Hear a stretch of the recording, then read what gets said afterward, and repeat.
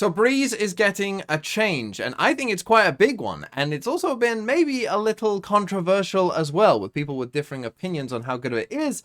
Breeze will be receiving a change with patch 8.01, which should be coming pretty soon, and it's that the doors, that currently are closing this off, will now be gone, and you'll be able to walk down here again like you used to be able to. Now, as I said, it's been a bit divisive, you got like yay here, I love worrying about A main, B main, tunnels, nests, mid doors, and now halls again.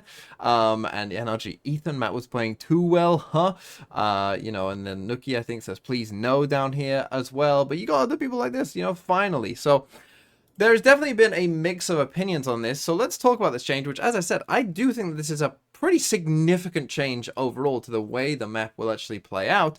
But let's talk about it. Why did Riot potentially make this change, whether it's a good change or not, and how it will affect the map, and just in general, what is Riot doing with their map design? But before we talk about any of that, first we have to talk about the door. Because the door right now is open if you go into the game. And if when you start a round and the barriers drop, the door will be open for you. Now, you can't go in there whilst the barriers are up, but it will be open. Now, this is the thing. If they do open this back up, I pray to God that they close the door again to start these rounds. Because obviously, if I can lurk up here, and get to this spot and the door's already open for me, and I don't even have to kind of tell you that, the door's opening, that's just GG for the defenders a lot of the time. So I'm praying to God that this was, either a bug, or if it was intended, that they revert this, because that would be way too strong. So I'm hoping that that's the first thing that happens. But let's also now talk about why they made the change, right? The first reason I think is pretty obvious. It's that people weren't using this space. It's that it might as well have not existed. And if they did intend for the door to be opened, I think that the reason is so that this space actually exists and defenders do rotate this way. Because whilst the door was closed, you weren't really seeing anyone, using these spaces, right? So it just didn't make a lot of sense. The map design just wasn't here. So that's reason number one, of course, that you've got map design that feels clunky and, it's a space that isn't being used, essentially.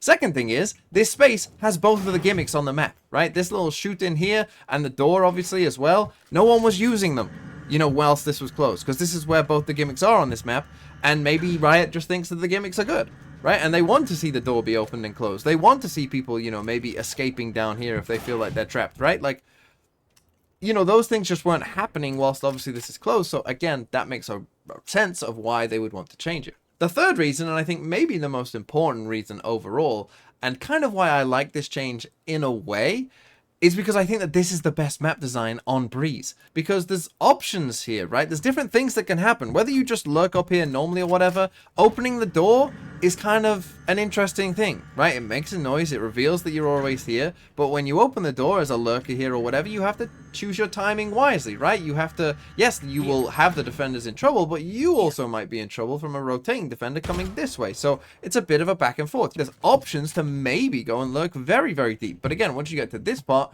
you're opening yourself up to a lot of different things, right? So again, this is kind of like a high risk, high reward play, which is interesting. There's also interesting things that can happen when the defenders decide to push down in holes, right? That someone can get down here and get into a very, very good angle. And now that this is open, right? If you ever got here as a defender before, you didn't really have a great escape. But obviously when this is open again, you will have a very easy escape. And this will be a very safe position if you can ever get to this spot, right? And also, now that A main is kind of a simpler space than it was before, this is much easier to just clear out, right? Like one little Sova drone or whatever, maybe not even a drone, just a dart or something, can clear this space out for you, so that if your teammate has pushed this, they now know, okay, that's clear. I can now just literally sit here, focus on that, and I'm in a really strong position to defend A from and get very early info as well. And the bad part is just trying to defend this map. As Ye was kind of saying, you've just got so much to worry about now if halls exists again, because, you have to worry about them coming from A main. And I'm sure many of you have been,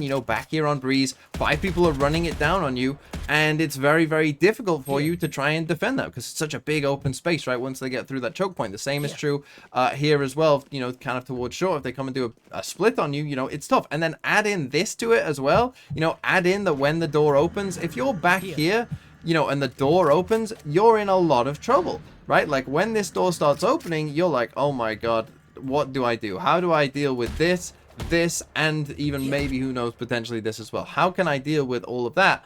Thing is, with this door as well, smart players will know that sometimes you don't even have to swing here when you open the door. You can open the door and get back here and just be chilling, right? And not have to do it, because the defender who's back here has to worry about it all the same.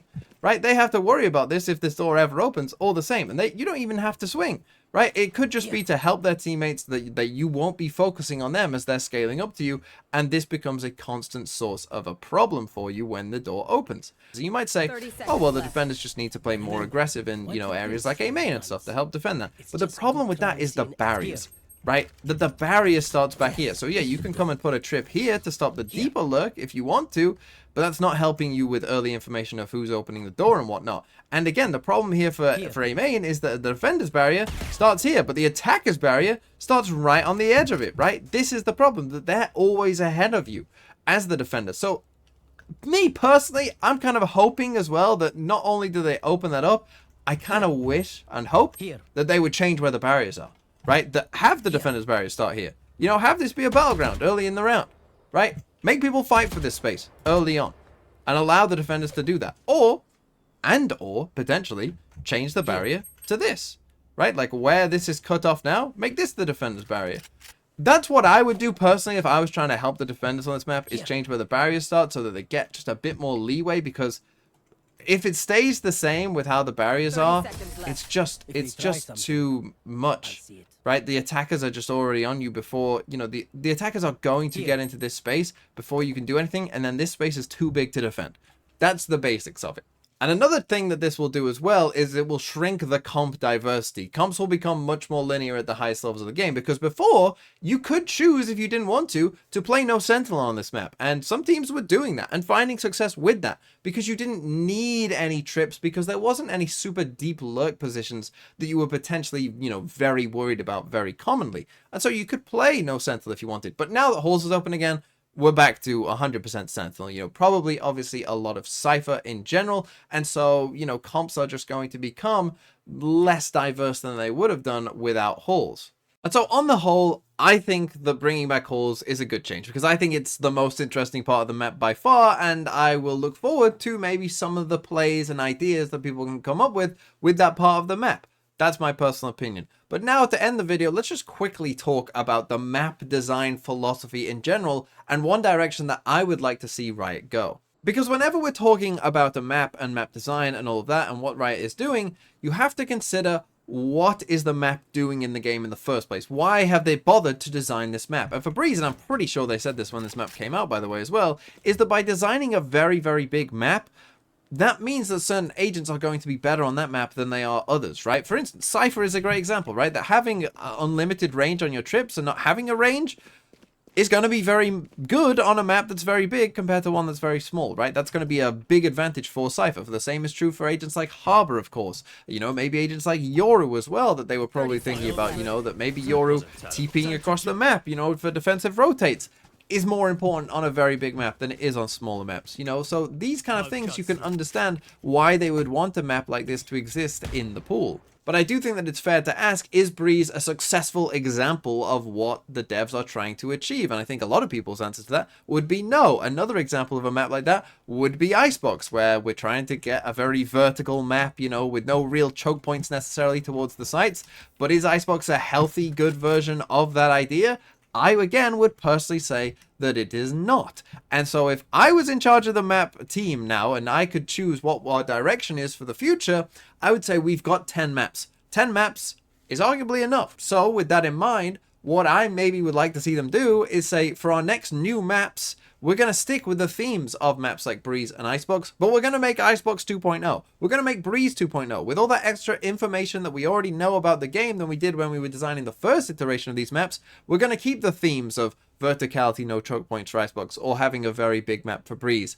But we're going to change it with all that extra knowledge we've gained since that time to create maps that still have their theme and have their general idea of what they want to achieve, but just better iterations and better versions of it for the game.